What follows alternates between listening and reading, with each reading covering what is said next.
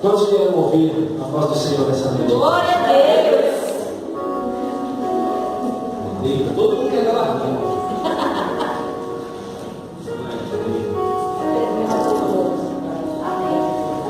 Bom, abra aí sua Bíblia comigo em Marcos, capítulo de número 9. Marcos, capítulo de número 9. Como é bom, né, sentir a presença de Deus, estar na casa de Deus. Como é bom ter um lugar para se derramar. Como é bom ter alguém aqui na igreja para chamar de irmão, para chamar de querido, de querida. Como é bom. Depois a gente precisa ensaiar aquele louvor também.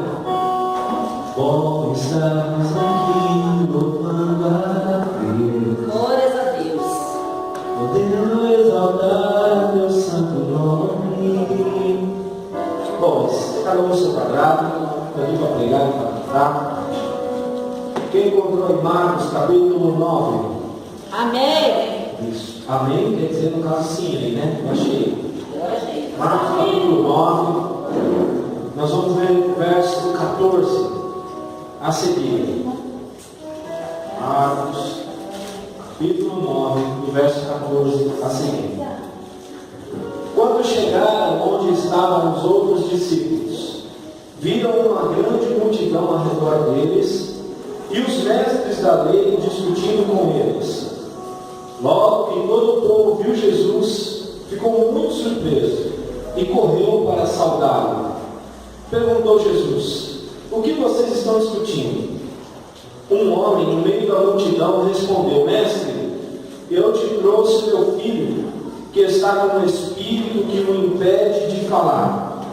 Onde quer que o apanhe, joga-o no chão, ele espuma pela boca, arranja os dentes e fica rígido. Pedi aos seus discípulos que expulsassem o espírito, mas eles não conseguiram.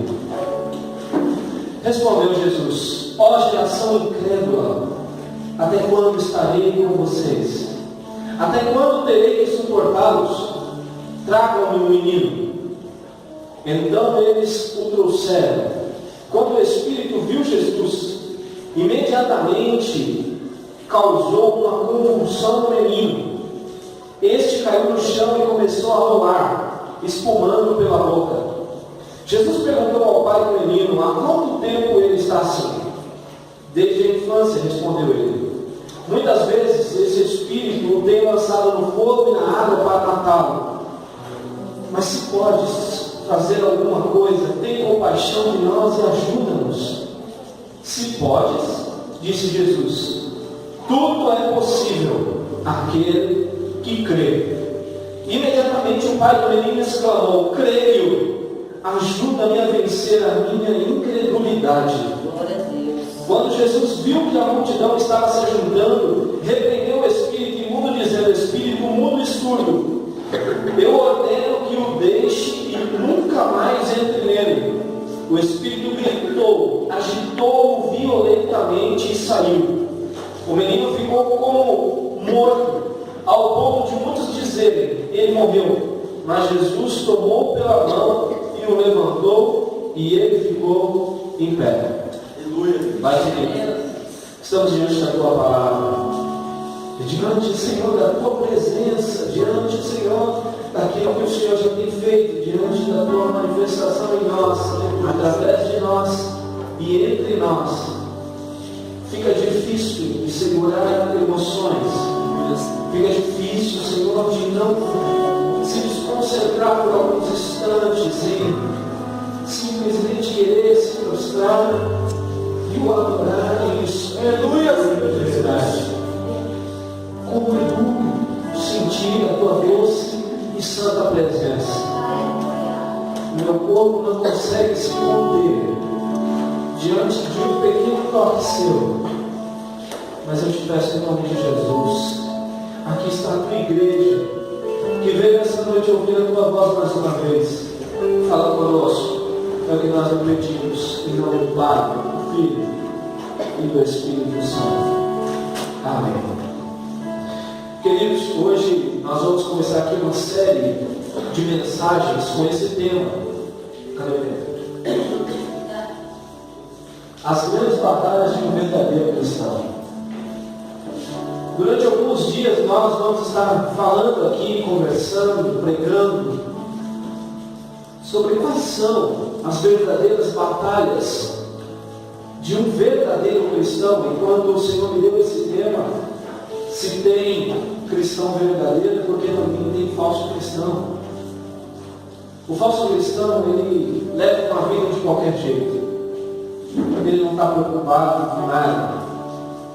Ele até vem para os cultos, mas ele é aquele que aparece aí no domingo, recebe o alimento espiritual e volta para sua casa como se nada tivesse acontecido. Como se Jesus Cristo jamais fosse voltar, ou como se a palavra de Deus não tivesse poder para transformar o caráter do ser humano. Eu creio que hoje nenhum desses vieram para a reunião. Só vieram para esse lugar. Crentes lavados e remidos no sangue do Cordeiro. Pessoas que entendem as limitações que têm, que sabem os problemas que têm, que entendem o gosto amargo que o pecado tem sobre as nossas vidas, mas que deseja, assim como eu, travar as batalhas e vencê-las em nome de Jesus. Como o primeiro subtema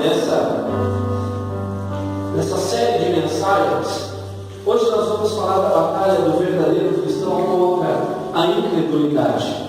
Nós vamos falar de muitos temas aqui, de muitas coisas relacionadas a isso, mas hoje nós vamos falar sobre lutando contra a incredulidade que há em nós.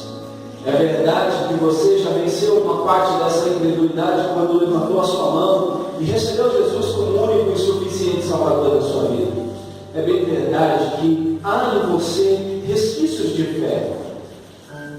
É lógico que algumas pessoas têm um pouco mais, outras um pouco menos, mas também é uma outra realidade que bate a porta do nosso coração todas as vezes que uma grande luta se levanta. E ela se chama incredulidade. Nós somos convocados por ela, afrontados por essa incredulidade, a deixar de crer que Deus, o soberano, está olhando para nós, está cuidando de nós. É nas crises da nossa vida, como do desemprego, como do rompimento de um laço matrimonial, como as desavenças de um namoro, de um noivado ou coisa do tipo, que fazem com que essa incredulidade venha nos visitar. Ela bate a porta e às vezes ela até consegue entrar, consegue arrumar um espaço no nosso coração, e diante desse episódio, diante dessa cena, nós podemos imaginar e ver a fé diante da incredulidade, uma frente a frente com a outra. A incredulidade dizendo para você: acabou, já era, não dá mais, você não tem mais condições, você já gastou todas as suas fichas nisso, então desista dessa fé e vamos juntos viver uma vida como se Deus não existisse, como se a igreja não fizesse mudança nenhuma, não transformasse ninguém, e como se a palavra de Deus fosse ineficaz. Do outro lado está a fé, gritando, dizendo para você: Deus não se esqueceu de você. Deus tem um projeto para realizar na tua vida. E queira o diabo, a incredulidade, o retorno do inferno, ou não, todos os projetos de Deus vão acontecer conforme o Senhor planejou para você. Glórias a Deus. São duas vozes distintas em nosso coração. São duas vozes que todos os dias nos visitam, querido. É por isso que tem dia que pode se levantar o Golias que for na tua vida, que você está pronto para colocar ele no chão. Aleluia. Mas existem dias, querido, que um pequeno camundongo se torna um tiranossauro rex. Se torna um pequeno problema, parece que você não tem mais paz, parece que você não vai, sabe, parece que nada faz sentido na tua vida. É verdade, Deus. Porque a vida é cíclica, ela dá voltas. Se você entrou aqui hoje cheio de fé, eu creio que você vai sair daqui melhor ainda. Aleluia. Mas se você entrou aqui com a incredulidade batendo no seu coração e dizendo para você: não vai dar, você não vai conseguir, desiste, pendure as suas chuteiras, jogue aí a toalha, porque para você já era. Ela vai sair daqui muito decepcionada. Porque meu Deus está aqui nesse lugar para dizer para você que Ele não mudou e Ele é capaz de mudar a tua sorte. Se você crer nisso, diga glória a Deus. Glória a Deus. Aleluia, Jesus. Quando eu analisei esse texto para poder ministrar a palavra de Deus, eu tive que fazer uma visita a 3 distintos homens de Deus. Eu tive que dar uma passadinha na casa de Levi. Eu tive que dar uma passadinha na casa de João Marcos. E eu tive que também dar uma passadinha na casa do Dr. Lucas. Cada um deles escreveram os seus textos acerca dessa história, a mesma história. 3 homens escreveram sobre a mesma história. E é tão interessante porque eles não repetiram palavras. É verdade que o que você encontra às vezes em Mateus, também está em Lucas e vice-versa. Mas é interessante que cada um anotou coisas especiais. Eu trouxe então os 3 textos reunidos em um para fazer com que você possa compreender tudo o que aconteceu. Sabe por que o Senhor permitiu que houvesse 4 evangelhos? É porque o que um deixou de escrever, o outro não esqueceria. Assim a história de Deus é sempre completa. E também isso para nos ensinar uma coisa, querido. Ninguém faz uma história de vida sozinho. Ninguém escreve o seu crescimento emocional, espiritual, profissional de forma solitária. É por isso que a igreja não é composta apenas por uma pessoa, mas a igreja é feita por várias pessoas. Sabe por quê? Sabe por que tem que ter essa necessidade das reuniões de domingo, de quarta, de quantos dias forem necessários? É porque aqui um vai dando força para o outro. É porque aqui um vai glorificando a Deus quando o outro não tem força para glorificar. É por isso que às vezes nós abrimos a oportunidade de você contar o seu testemunho. E às vezes você fica meio acabrunhado de vir contar, querido, se Deus fez algo na tua vida, venha contar, porque existe alguém aqui que está com a incredulidade crescendo no seu coração. Mas quando ela ouvir o que Deus fez na tua vida, ela vai dizer, se fez na vida do meu irmão, o Senhor já está perto de fazer na minha vida também. O milagre vai acontecer. Aleluia. Glórias a Deus. Porque a Deus sempre está dizendo para nós, calma. Ainda não é o tempo certo, não é a hora certa. Mas a incredulidade está dizendo, Deus está atrasado. Deus não vai chegar a tempo. É mais ou menos a história de Lázaro. Lázaro estava ali adormecido por conta de uma enfermidade. Ele estava desfalecendo, estava perdendo as suas forças. E suas irmãs Marta e Maria mandam chamar Jesus dizendo, teu amigo está enfermo, ele está em estado grave. E nós acreditamos que só você pode trazer a cura. Mas Jesus decide ficar naquele lugar por mais 3 dias. Certamente, querido, que aquelas pessoas que viram Jesus por outras vezes entrar na casa de Marta, de Maria e de Lázaro, disseram às irmãs, ele não gostava tanto deles.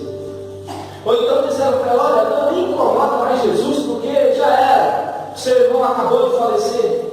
As duas começam a chorar, se abraçam. E depois de 3 dias que ele já estava sepultado, Jesus chega naquele lugar. Muitas pessoas diziam, ele chegou atrasado. Olha aí, seu amigo, ele chegou atrasado. Essa é a voz da incredulidade, dizendo para você, ei, você já perdeu o emprego, você já perdeu isso, já perdeu aquilo, Jesus está atrasado na tua vida, ele não te vê, ele não te ouve. Mas é que essas pessoas não conhecem a fé de Deus vive. Porque a fé estava tentando encontrar lugar no coração de Marta e Maria. E o próprio Jesus, quando chega, diz para elas assim, vocês não creem?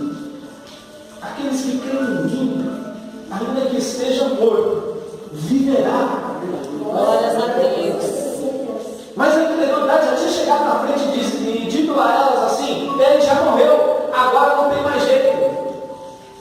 Porque há um ditado no mundo que diz que só não há jeito para a morte. Mas esse ditado do mundo, porque nós conhecemos aquele que ressuscitou. E tem poder para ressuscitar a cada um de nós. Ele chega no lugar, ele chora porque ele tem compaixão. Você sabe que é um Deus que tem compaixão. Ele poderia ficar apenas no seu alto sublime trono e olhar para você como criatura pecaminosa, mas ele decide olhar para você com um olhar de carinho, um olhar de amor. Ele se coloca no teu lugar, ele sente as suas dores, ele conhece os teus temores, ele sabe os teus medos, Ele sabe das suas fragilidades. Aleluia, Jesus. Mas mais do que isso, Ele se compadece de você. Glória a Deus. Ele sabe o que você está passando hoje. Aleluia. Ele sabe.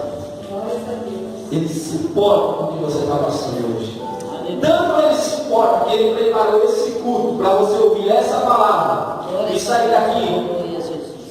nos braços do Senhor. Aleluia. E sair daqui carregado pelo Espírito Santo de Deus. E sair daqui com uma fé capaz de vencer os Golias da vida. Aleluia.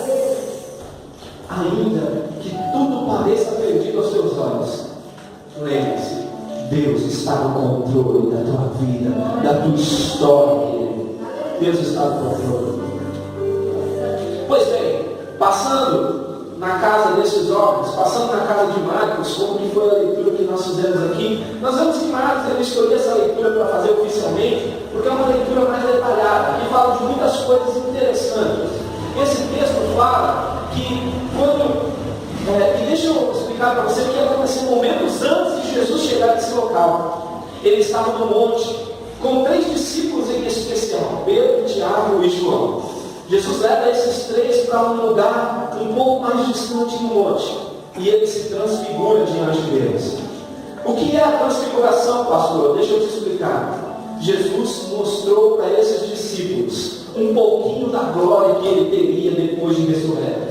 Jesus mostrou para os discípulos que eles estavam servindo a um Deus vivo, poderoso, onipotente, onipresente, onisciente, que conhece passado, presente e futuro. E aquele que te escolheu, que te chamou para estar aqui essa noite para ouvir a sua palavra. A Bíblia diz que Jesus ele começa a flutuar. O seu corpo é transformado e revestido de glória, parecida com a glória que ele tinha quando estava ao lado do Pai. Os seus cabelos estão todos brancos e ao vento.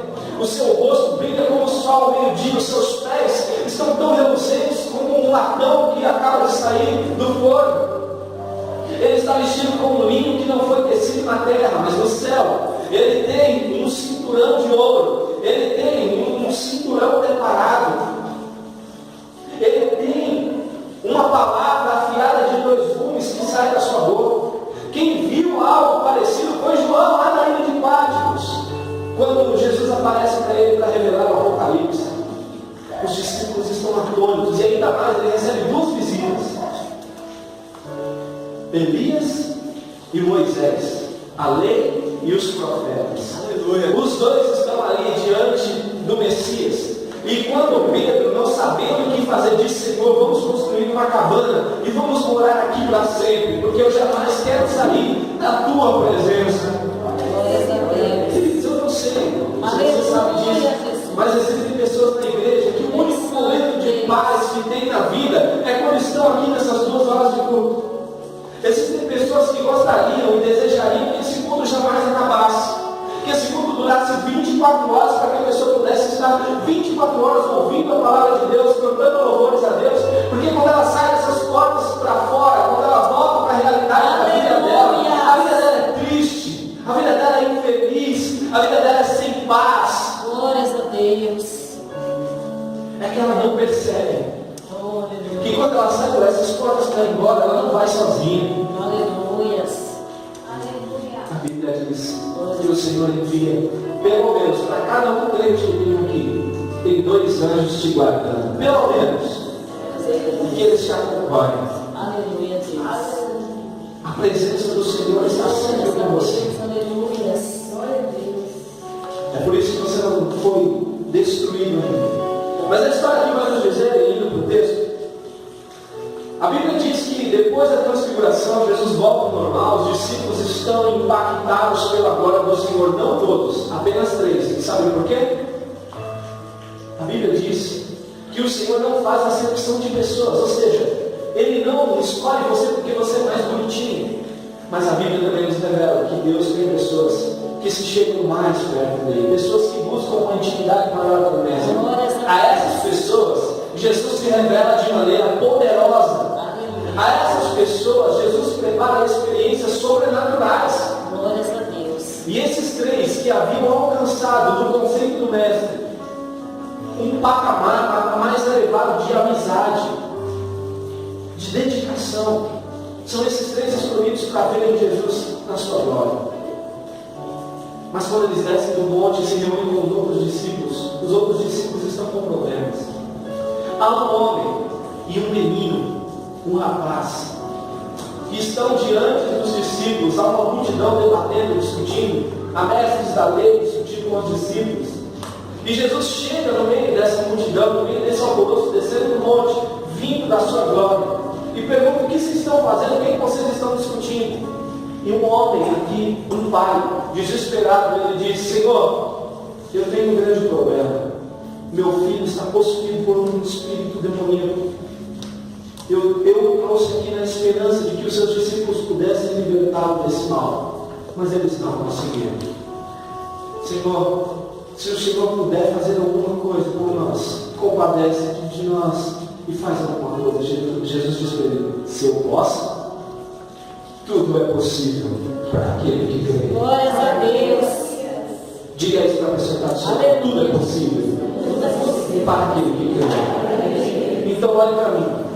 Glórias a Deus. As impossibilidades para um cristão não devem existir, então. Porque se tudo é possível àquele que crê, e eu coloco alguma coisa como impossível na minha vida, é porque eu não estou crendo. E nós estamos falando hoje da luta de um verdadeiro cristão contra a incredulidade. Mas eu queria também mostrar algumas outras características de outros textos. Por exemplo, na casa do Dr. Lucas, no texto em que ele escreve, no capítulo 9, no versículo 37 a seguir, ele fala do mesmo texto, da mesma situação, só que ele tem algumas outras características. É um texto um pouco mais compacto, com menos detalhes, mas traz detalhes que às vezes não está nesse aqui. E eu gostaria de mostrar para vocês.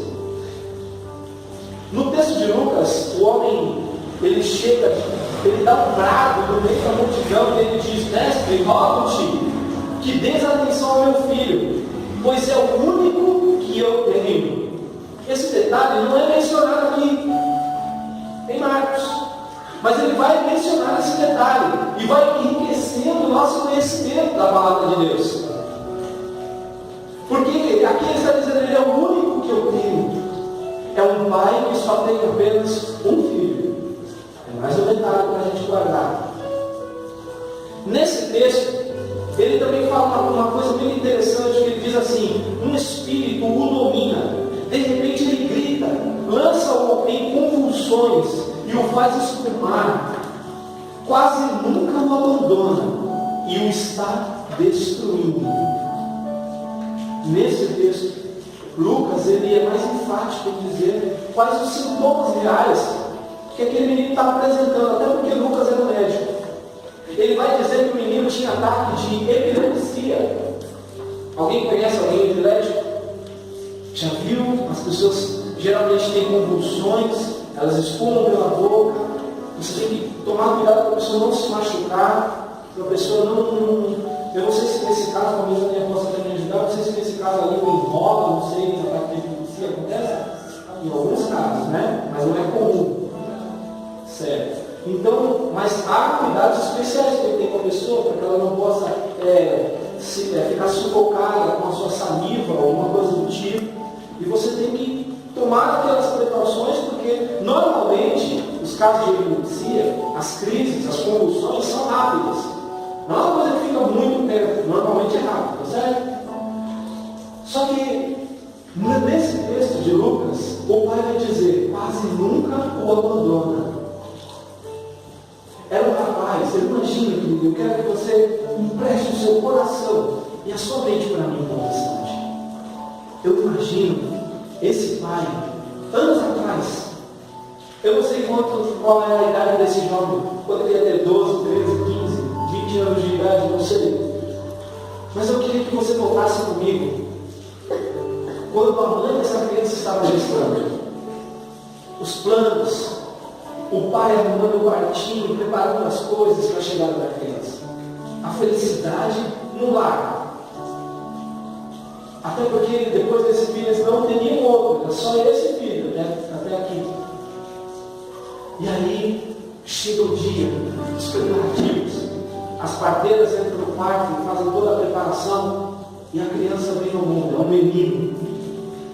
Para um bom judeu, eles estavam muito felizes, porque o seu primeiro filho era um menino. E o judeu, quando tinha o primeiro filho como sendo um menino, ele festejava e dizia: Deus visitou a minha casa, porque ele deu um filho varão.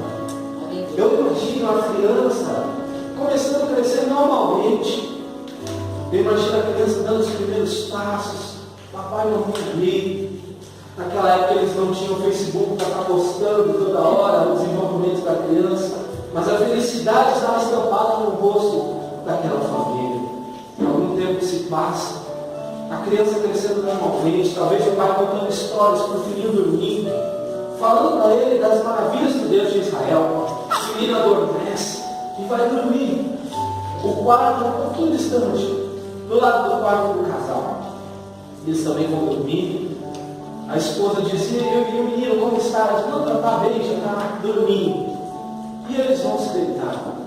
Mas lá pelas 3 horas da manhã aproximadamente, isso é imaginação minha, tá? Não está na Bíblia não. Eu falei para você me emprestar o seu coração, essa é imaginação. Eu imagino um barulho de repente. Um barulho vindo do quarto do menino, a mãe, um sono um pouco mais leve que o pai. Dá um cutucão lá e diz: olha aí, deve ter alguém aqui em casa. Eu ouvi o barulho de alguma coisa caindo no quarto do Júnior. O pai se levanta, a mãe se levanta, corre, não tem lâmpada. Eles pegam o candeeiro, acendem o candeeiro, a lamparina, e eles chegam no quarto, eles olham assim, rapidamente, não vê o menino. A cama está bagunçada, mas o menino não está lá. Eles correm, dão uma volta na cama, e a cena que eles veem não é uma cena normal, é uma cena atípica. Eles olham para aquele menino que está se tremendo todo no chão, se debatendo. Os olhos estão virados, as mãos atrofiadas, e ele espuma pela boca como um animal com raiva. Os pais não entendem nada, pegam um garoto, chamam ele pelo nome e ele não responde. Ainda está se debatendo muito, eles não sabem como reagir naquela situação. Talvez o pai pense em fazer uma oração, a mãe mais apavorada pega o menino, tenta colocá-lo na cama mais uma vez. Aos poucos ele vai se acalmando, os seus músculos vão se soltando aos pouquinhos, e ele adormece. Assim começou as crises na vida desse jovem. A Bíblia não diz quanto tempo isso durou, mas ela fala que isso durou até o dia em que ele se encontrou com Jesus. Glória a Deus. Agora eu quero que você imagine a situação desse pai, dessa mãe. Eles devem ter levado o menino tudo quanto é médico. Eles devem ter levado o menino para todos os lugares que eles podiam. Eles devem ter ouvido outros profetas, outros homens dizendo serem homens de Deus, e às vezes até serem homens de Deus. Levaram esse menino para receber oração, para fazer tudo que fosse possível para que esse menino voltasse à sua saúde normal. E às vezes, imagino eu, que eles saíram de uma reunião, saíram de uma conversa com alguém, e o pai esperançoso diz: meu filho, agora você está curado. Vamos para casa contar para sua mãe as boas novas, e vamos viver a nossa vida como antes. Mas antes de chegar em casa, o pai percebe que o menino ficou para trás. Ele olha para trás e o menino está no chão, mais um ataque, mais uma convulsão, mais um menino todo machucado, ralado no chão, rolando para lá, para cá, sua boca espumando mais uma vez, os músculos enrijecidos, mais um ataque, mais uma convulsão.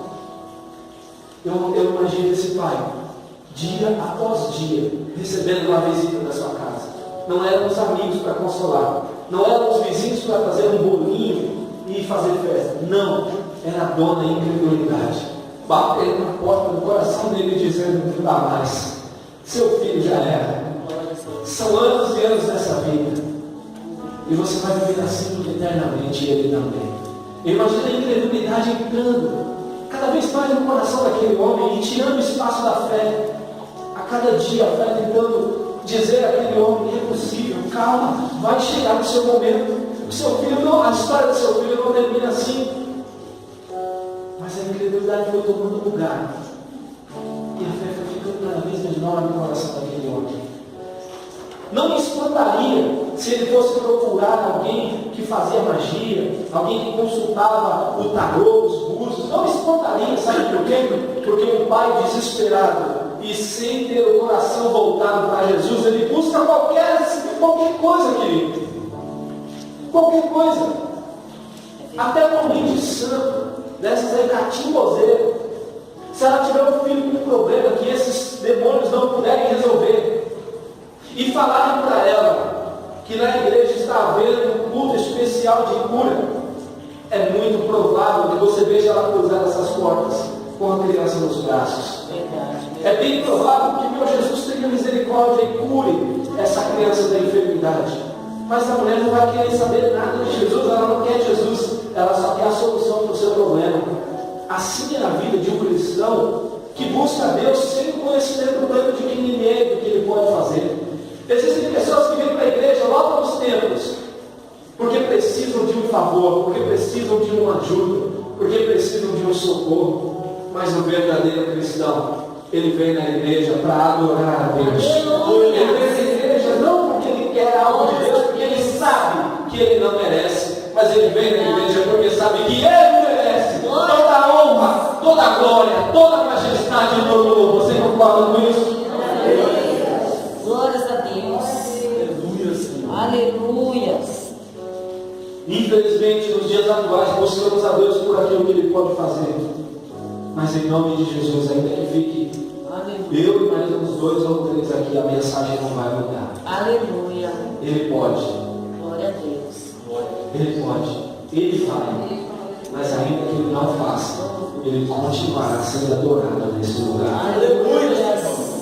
Nós vamos a cada culto preparar o nosso coração, que é um altar.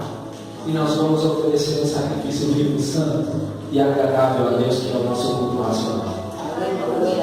Pois bem, voltando para o texto, nós podemos ver aqui que o pai vai declarar para Jesus que o espírito que está na vida daquele menino, ele entende que aquilo é um espírito, é um demônio. Ele não vai apenas pela medicina, ele entende que o menino está sendo destruído pelas forças do mal. E é isso que ele diz em Lucas, exatamente com essas palavras. Enfim, aqui é um relato curto, o relato de Lucas, mas nos traz essa novidade. Primeiro, de que ele é um filho único. E segundo, que aqui ele diz que aquele espírito está destruindo o rapaz. Ele também dá detalhes clínicos da situação do menino. Mas aí eu não fiquei só nessa casa, eu fui para Marcos, onde nós lemos aqui. E em Marcos, nós podemos ver também que aqui detalha algumas coisas interessantes, que os outros textos não mencionam. Por exemplo, esse texto que nós lemos vai falar que os discípulos estavam discutindo com os mestres da lei, com as pessoas que deveriam estar indagando. Ué, você não é cristão? Você não é discípulo de Jesus? E por que é que o menino continua do mesmo jeito? É isso que me devolve a incredulidade de Satanás, que muitas vezes aponta o dedo na nossa cara e diz: tu não é cristão? Por que tua vida está assim? Você não é cristão? Por que a tua oração não faz efeito? Você não é cristão? Por que está vivendo essa vida desse jeito? Aleluia, Jesus, é verdade. E muitas vezes nós não temos resposta. Muitas vezes nós não temos resposta para dar. Mas o cristão verdadeiro, ele tem pelo menos uma resposta para dar. Meu Deus, aqui está o controle. Ele se levantará ao meu favor no tempo certo. Ele é o Deus presente no momento da angústia. E Ele é aquele que me faz lembrar que eu tenho que olhar para o alto. Que é do alto que vem o meu socorro. O meu socorro não vem de montanhas, nem de montes. Mas o meu socorro vem do Senhor, que fez os céus e fez a terra. Aleluia. Eu não sei porque eu estou vivendo assim. Eu não sei quanto tempo eu ainda vou viver assim. Mas eu sei que um dia o Senhor vai se levantar ao meu favor. E essa história vai mudar em nome de Jesus. Você acredita? Glória a Deus. É de verdade, querido. Ou será que o seu coração hoje só está cheio da dor e incredulidade? Fica tranquilo, o céu ainda está aí, ela vai sair em nome de Jesus. Seu coração vai ser cheio de fé. Glória a Deus. Cheio de fé. Bem, continuando ainda aqui, uma coisa interessante que o texto de Marcos nos diz é que esse espírito impediu o menino de falar. E mais adiante, quando Jesus vai expulsar, ele diz: espírito surdo e mudo. Então nós podemos entender que o menino não falava e não ouvia. estava mudo e surdo por conta da influência das forças do mal. Mas, trazendo isso também para a nossa vida, querido, é isso que acontece com um cristão, que vem para a igreja, mas não se dedica, que vem para a igreja, mas acha que pode viver de qualquer jeito. O diabo começa a penetrar em nosso coração e ele nos deixa mudos e surdos. Nós não conseguimos orar, por isso esse rapaz não conseguiu orar, porque ele não conseguiu pronunciar palavras. Querido, você está com dificuldade de orar? Cuidado, você pode ser um inimigo que está te bloqueando e está te deixando sem palavras. Cuidado. Ou você não está conseguindo ouvir o que Deus está falando com você. Porque a palavra de Deus vai dizer: ouvir o que o Espírito diz à igreja. Muitas vezes nós ouvimos só a palavra do pastor, a palavra do irmão, mas nos esquecemos, nossos ouvidos não conseguem ouvir. Nós não conseguimos ouvir. Nós não conseguimos escutar. Não conseguimos ouvir mais a fé. Então o diabo vem e cauteriza os nossos sentidos. Ele tira a nossa capacidade de nos comunicar.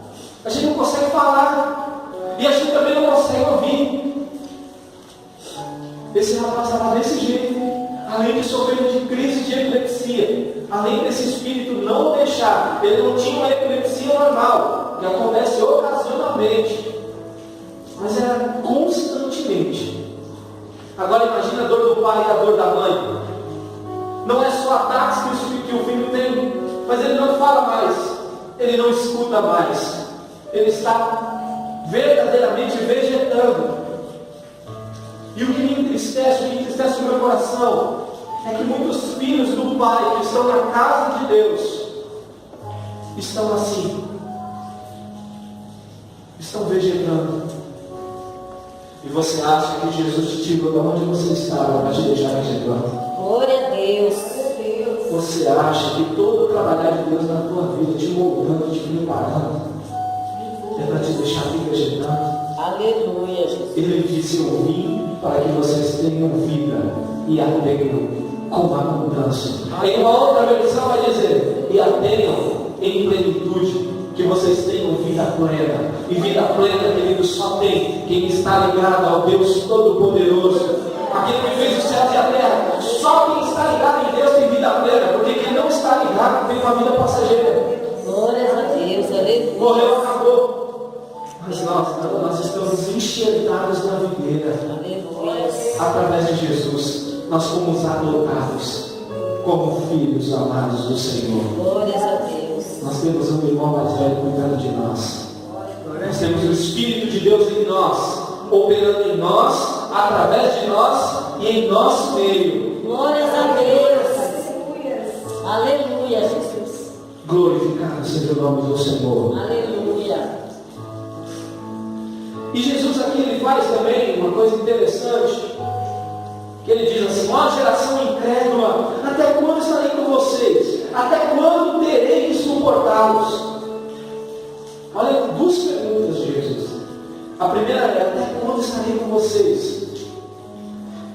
O que Jesus está dizendo assim é: haverá um momento que eu não vou estar presente, mas vocês não vão ficar desamparados. O que eu quero dizer com isso é que eu vou passar o cajado para vocês. Eu vou passar o meu legado para vocês. Em meu nome, vocês farão coisas grandiosas. Aleluia. E quando diz até quando terei que suportá-los, não é que Jesus estava, com o perdão da palavra, de saco cheio dos discípulos. Não é que Jesus não estava aguentando os discípulos. O que Jesus estava dizendo: até quando eu terei que dar suporte para vocês? Até quando eu vou ter que mostrar para vocês como se faz? Até quando eu vou ter que dar exemplos para vocês, para ver se vocês aprendem na prática? Dar suporte, querido, suportar uma pessoa, não é o que o português nos ensina. O suporte é suportar essa pessoa. Não é isso. Suportar é auxiliar, é dar ajuda, é dar suporte. Aleluia. Aqui, ó, no ombro para você. Vamos andar junto, vamos caminhar. Glória a Deus. Isso é dar suporte. E Jesus dizendo: até quando? E na verdade ele também está dizendo contigo: ó geração incrédula. Vocês estão cheios de incredulidade. Então vocês precisam que eu esteja aqui para mostrar tudo como se faz. Mas eu vou ter que ir para o Pai. E vocês vão ter que substituir essa incredulidade por fé, confiança, oração, busca e realização em meu nome. Aleluia, glórias a Querido, há momentos em que nós temos que esperar o agir de Deus. Há momentos em que nós temos que nos conformar com a situação que nós estamos vivendo e esperar que o socorro de Deus venha.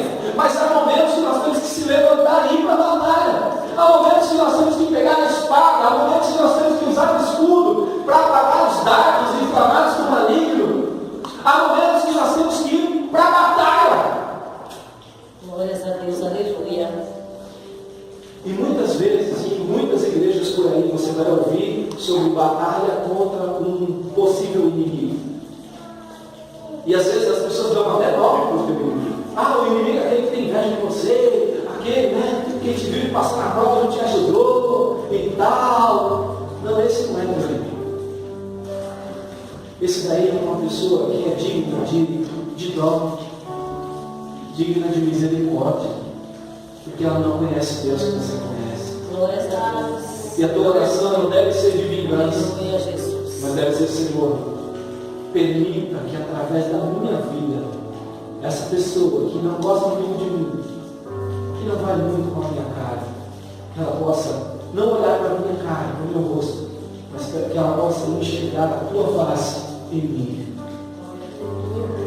Que eu diminua, Glórias a que o Deus. Senhor cresça em mim para alcançar essa vida. Porque ela precisa, ela me tira a paz, ela me tira a tranquilidade, ela me tira a vontade de viver. Mas eu quero que o Senhor alcance. E se for possível, use na minha vida. Isso tem que ser a oração do cristão. Aleluia, Jesus.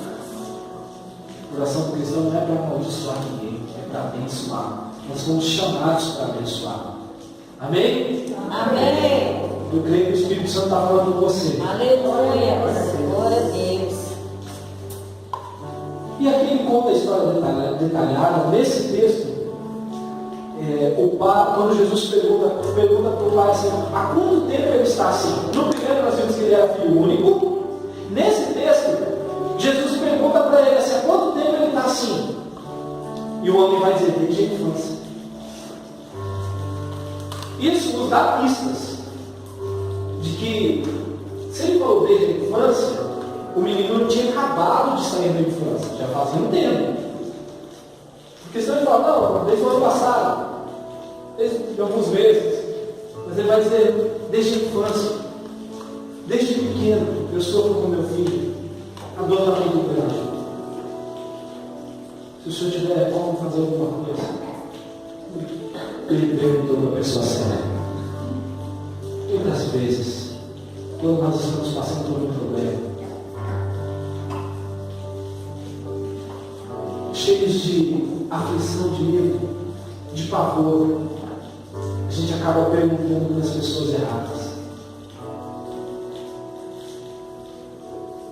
Se você tem uma pergunta essa noite, faça para ele. Ele é a pessoa certa para te responder. Glórias a Deus. Aqui nesse texto, o pai do menino, ele também detalha que esse espírito, ele quer tanto matar esse menino, ele quer tanto destruir esse rapaz, que ele estava tendo ataques perto de fogueiras, de repente perto de uma lagoa, porque a intenção do inimigo não é brincar com você. Ele não quer quebrar o seu braço, ele quer te matar. Ele tem raiva de você, ele te detesta, ele te odeia. E a Bíblia diz que ele fica ao nosso redor, rugindo como um leão. Não é que ele é um leão, é que ele está com raiva. Se ele pudesse, ele te matava hoje. Se ele pudesse, ele acabava com você hoje. Mas ele não pode. Ele não pode. Glórias a Deus. Glória a Deus. Ainda que ele tente todo o seu corpo físico, o teu espírito está ligado em Deus.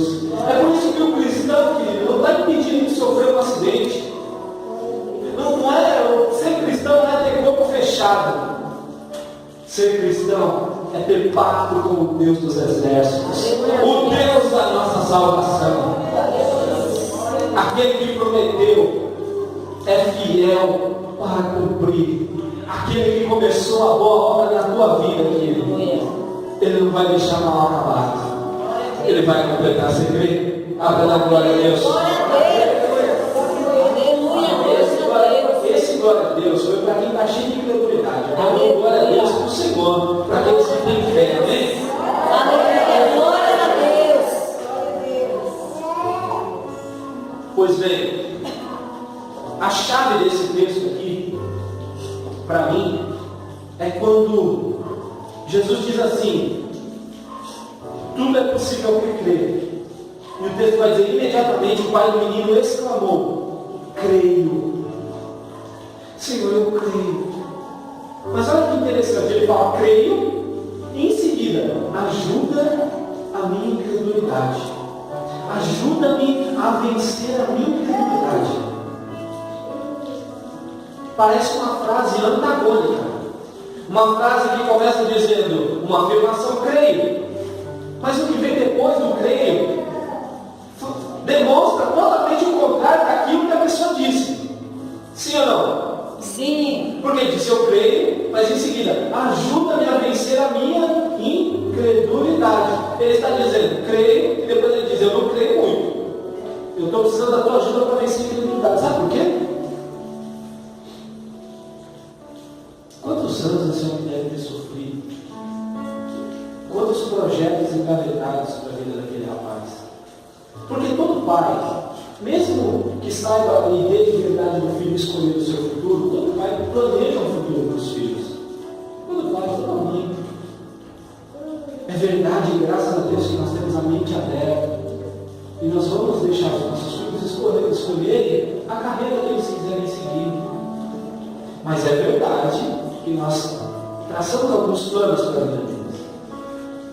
Que nós temos alguns desejos pessoais que gostaríamos que os nossos filhos alcançassem. Imagine esse homem, essa mulher. Querido, o sofrimento era tanto que o texto não menciona a mãe. Não é estranho? Nos dias de hoje, quem estaria com o menino nesse negócio? A mãe. Por que o texto não menciona nenhum dos textos que menciona a mãe nesse livro? Você pode dizer? Alguns vão dizer, essa mulher deve ser desnaturada. Outros vão dizer, vai ver, ela faleceu. Por isso não está falando aqui no texto. Mas se ela tivesse falecido, você não acha que o pai que falou tantos detalhes da vida do filho não teria dito a Jesus?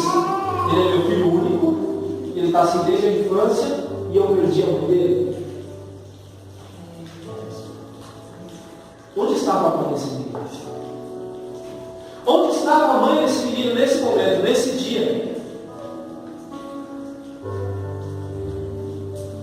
Alguém pode dizer? Ela estava orando, buscando a Deus. Não dá para dizer. Glórias a Deus. Mas eu posso também traçar algumas coisas que talvez você concorde com o meu raciocínio. Eu penso que essa mãe sofreu tanto, que essa mãe padeceu tanto, que essa mãe pediu tanto a Deus quando o marido saía de casa, talvez, ou até mesmo ela, levando o filho para algum daqueles que iam benzer, que iam orar, que iam fazer despacho, que iam fazer descarrego, que iam fazer não sei o que com aquele menino. Eu imagino que o coração dela, mas agora vai dar certo, agora vai funcionar, agora vai dar, meu filho vai voltar diferente. Mas eu imagino que aquela mulher, por mais que seja mãe, e por mais que a mulher esteja preparada emocionalmente para aguentar coisas que nós homens não aguentamos, ela não aguentou. Ela deve ter dito para o marido, você vai levar ele de novo para essas casas aí, para essas pessoas que estão dizendo, esse tal de Messias, tal de Jesus, você também está acreditando nisso, eu não acredito em mais nada.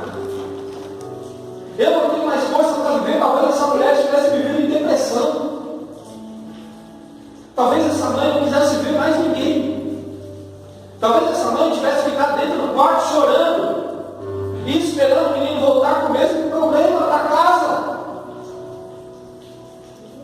O pai também deveria estar na mesma situação, mas ele tinha um pouquinho de fé a mais.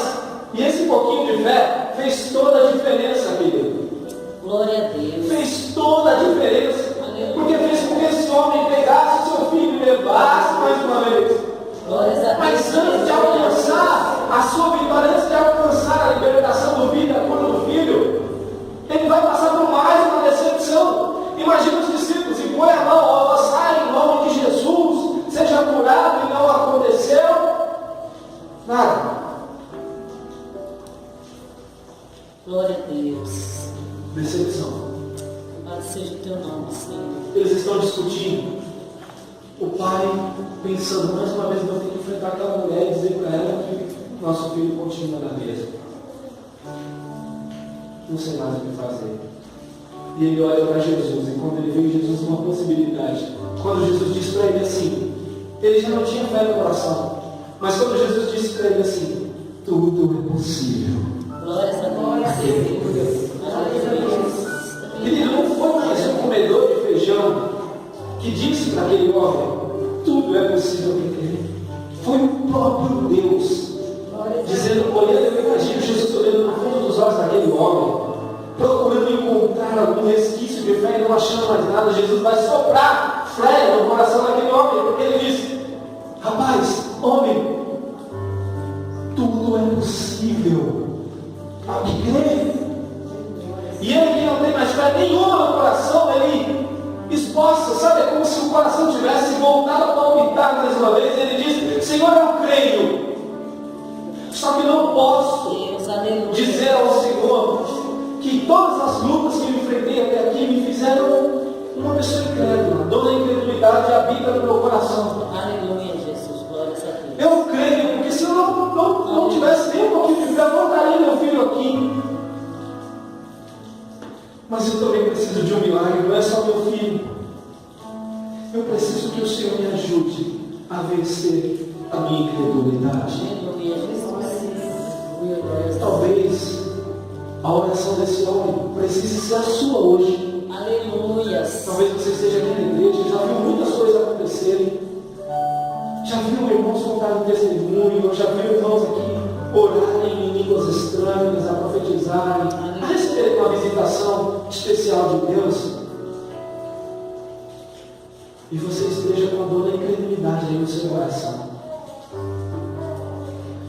Mas hoje, pela autoridade que me foi dada pelo Espírito Santo do Senhor, eu quero dizer uma palavra que vai aquecer o seu coração. Tudo é possível ao que crê. Tudo é possível para alguém que consegue tirar forças da onde não tem e aquecer a chama do seu coração. Você crê?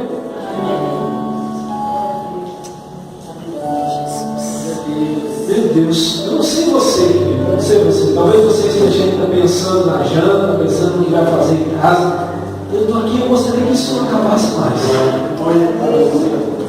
Fica tranquilo, eu vou acabar, mas eu gostaria que não acabasse. Sabe aquela mensagem que está falando para a gente de uma maneira aqui? Meu Deus do céu, que gostoso! Que bom ser tocado por Deus! E nós não precisamos aqui de show, nós precisamos apenas abrir o nosso coração e ouvir a voz do Senhor, que diz para você essa noite: tudo é possível para aquele que crê. Glória a Deus, aleluia. Tudo é possível.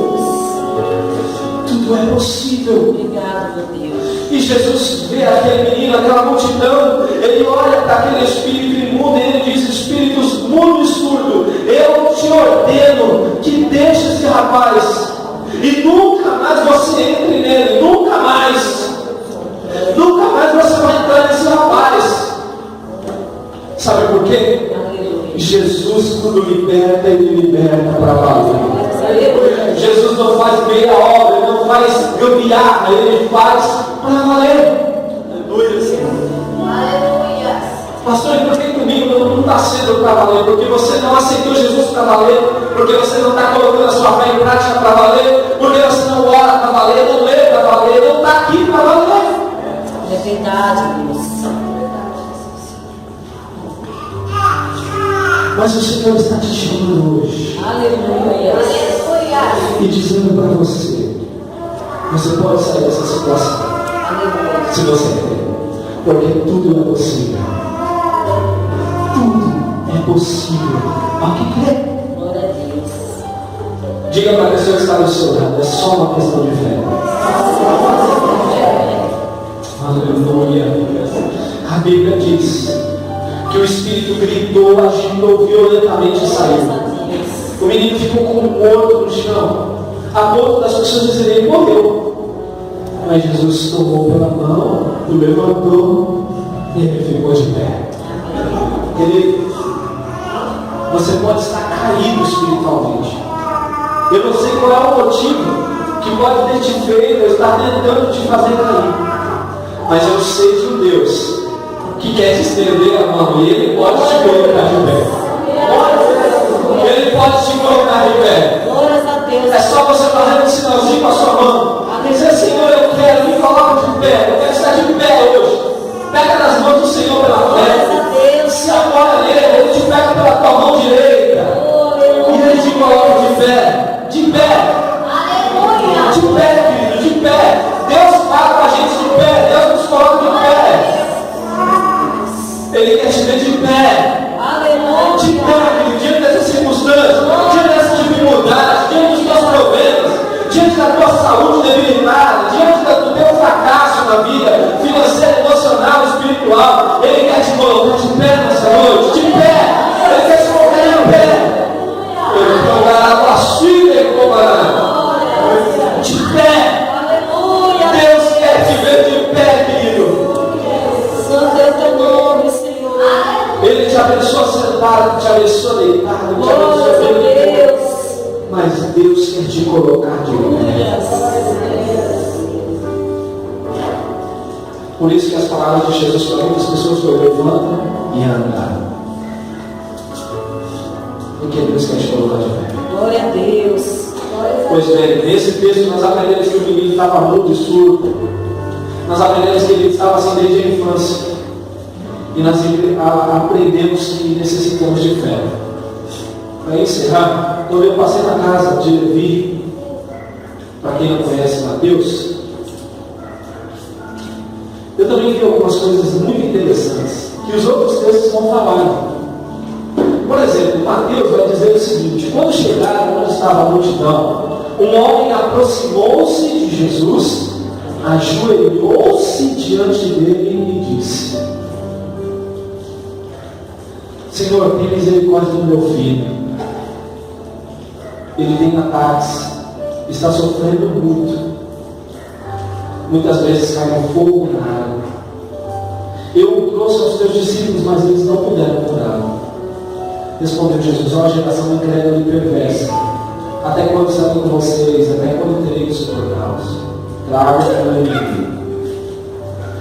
Jesus repreendeu o demônio, este saiu do menino e desde aquele momento ele ficou curado. Então os discípulos aproximaram de Jesus em particular e perguntaram: por que não conseguimos expulsá-lo? Por que nós não conseguimos, Senhor? Ele respondeu: porque a fé que vocês têm é pequena. Eu lhes asseguro que se vocês tiverem fé do tamanho de um grão de mostarda, poderão dizer a este monte: vá daqui para lá, e ele irá. Nada lhe será impossível. Mas esta espécie só sai pela oração e pelo jejum. Sabe por que os discípulos não conseguiram expulsar o demônio? Porque essa espécie de demônio só sai com jejum e oração. E o pessoal que estuda no nosso grupo do WhatsApp de estudo bíblico aprendeu que os discípulos não jejuavam. Quando foi, né? Os discípulos não jejuavam, sabia disso? Enquanto Jesus estava com eles não jejuavam. E Jesus vai dizer: como é que em uma festa, junto com o noivo, a noiva vai jejuar? Você me entendeu? Eu vou explicar para você. Eles estavam diante de Jesus. Eles estavam em festa. Eles tinham se alimentado do pão vivo que desceu do céu. Eles estavam aprendendo de Deus e crescendo a cada momento, a cada instante. Não era momento de jejuar, era momento de se alimentar. É que nem você agora, aqui não é momento de jejuar, é momento de se alimentar da palavra de Deus. Mas depois que Jesus partisse, eles teriam que estar mais espirituais. E para estarem mais espirituais, eles teriam que mortificar a carne. E qual é a maneira de mortificar a carne? Jejum e oração. Tudo que a carne não quer. Aí Jesus falou: vocês não conseguiram por isso, mas fica tranquilo. Agora vocês já sabem como funciona. E interessante nesse texto é que uma coisa interessante é que Jesus diz assim, ó. Depois que ele fala, se vocês, é porque a fé de vocês é pequena, se vocês tiverem fé do tamanho do no fé, vocês vão dizer para esse mundo, vai, ele vai e tal. Olha só que interessante, nada lhes será impossível. Mais uma vez o texto está dizendo para nós que quando a gente crê, nada é impossível. Glória a Deus. Muitas vezes, sabe por que não acontecem as coisas? Porque não é a vontade de Deus, não é para ser assim. Não é porque Deus não tem poder, porque não é para ser assim. Tem coisas que nós precisamos entender, e nossa vida está nas mãos de Deus. Aleluia. E a gente quer tirar da mão dele, para cuidar, não quero que seja assim, quero que faça assim. Não é assim não, você entregou para ele? Não creia. Entrega o meu caminho ao Senhor e confia nele. E o mais, ele fará. Aleluia. Vamos acabar. Glória a Deus. Sobre o tema, as grandes batalhas de um verdadeiro cristão, o primeiro tema de hoje é vencendo a incredulidade. Pastor, como eu venço a incredulidade? Buscando Jesus. Pastor, como eu venço a incredulidade? Com a adoração. O homem no texto de Mateus, ele se prostra diante de Jesus. Glórias a Deus. Ele se prostra. Quem se ajoelha diante de Deus, Aleluia. fica de pé diante do mundo. Glória a Deus. Quem se prostra diante de Deus, se coloca de pé nas batalhas para vencer Satanás e os seus demônios. Glórias a Deus. Aleluia. A gente faz isso com adoração. E olha que legal, ele disse que a fé não precisa ser grande. Embora ele diga que a fé dos discípulos era pequena, ele vai dizer, rapaz, a fé de vocês é nem o tamanho do grão de mostarda. Aleluia. Porque se fosse, vocês iam estar fazendo, vocês estariam arrebentando. Glórias a Deus. Isso também nos indica que nós precisamos e podemos pedir fé para Deus. Aumenta a minha fé. Aleluia. Ajuda a minha incredulidade, Jesus. Aleluia. Jesus fez 2 milagres. Um na vida do rapaz e um na vida do pai. Porque depois desse milagre, querido, o texto não diz. Mas ninguém tira do meu coração que nunca mais ele deixou de crer em Deus. Glórias a Deus. Naquele dia ele voltou para casa. E ele disse para a mulher dele: acabou.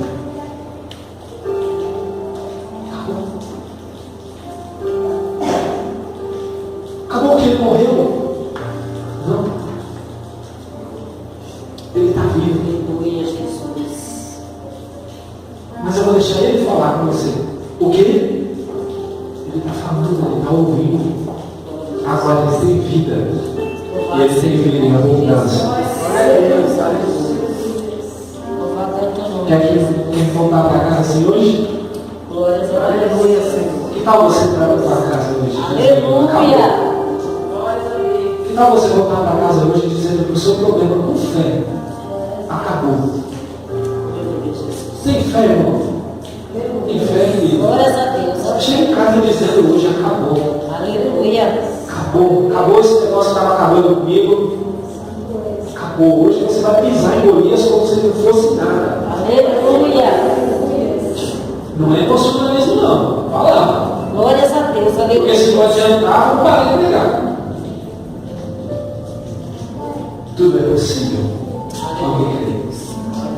Diga para o seu desemprego: acabou. Glórias a Deus, aleluia. Diga para a sua enfermidade: acabou. Mas deixa eu explicar uma coisa aqui. Se você chegar na sua enfermidade e dizer para ela assim: acabou, e daí uma semana você constatar que a sua enfermidade ainda está lá, você tem que entender uma coisa. Ela pode até estar em você, mas ela não te paralisa mais. Ela não te bloqueia mais. Ela não arranca mais lágrimas dos seus olhos. Porque Jó perdeu além de tudo que tinha a sua saúde. Ele estava em carne viva, assentado em cinzas e se coçando com um caco de telha, todo ferido, todo podre. Mas ele disse: agora os meus olhos te veem. Eu conheci o Senhor e ouvi falar, mas os meus olhos te veem. A minha enfermidade não me impede de glorificar e de crer em Deus. A minha falta de emprego não me impede de glorificar, de crer e de estar na presença de Deus. Por quê? Porque eu já falei isso aqui várias vezes.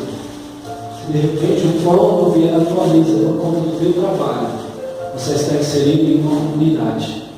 E nós vamos dividir o que temos, para que todos tenham o mínimo. Porque isso que se faz em uma comunidade. É isso que se faz.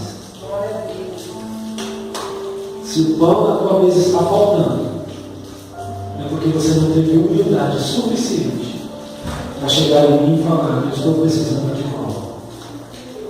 Porque o dia que você me falar, eu vou pedir aqui na igreja, não vou mencionar o teu nome. Eu posso até dizer que é para mim. Mas não vai faltar. Não vai faltar. Não vai faltar o pão na tua mesa. Não vai faltar. Você pode não ter caviar, mas o outro vai ter. Você pode não ter. Pode não ter aquilo que você mais deseja, mas o que você precisa, Deus não vai te deixar faltar. Você acredita nisso? Será que hoje a gente conseguiu vencer a primeira batalha de muitas desse mês que nós vamos ouvir? Eu acredito que você está motivado para voltar aos outros cultos que nós teremos assim. E se não tiver, dá um chega para lá na incredulidade e diz: café, eu vou no nome de Jesus. Que eu quero vencer as batalhas de um verdadeiro cristão. Você é um verdadeiro cristão? Então você tem muitas batalhas para vencer. Eu quero encerrar dizendo para você que a incredulidade, ela impede o poder de Deus de agir, você sabia? Em Mateus capítulo 13, versículo 58 está escrito: e não realizou muitos milagres ali por causa da incredulidade deles. Jesus. E em 1 João capítulo 5 está dizendo a arma que nos ensina a vencer. Quer saber o segredo da tua vitória? 1 João capítulo 5, versículo 4 diz: o que é nascido de Deus vence o mundo. E essa é a vitória que vence o mundo, a nossa fé. Diga para a pessoa que está do seu lado: a tua fé vai te fazer um vencedor. Você crê? Dá uma palavra ao Senhor.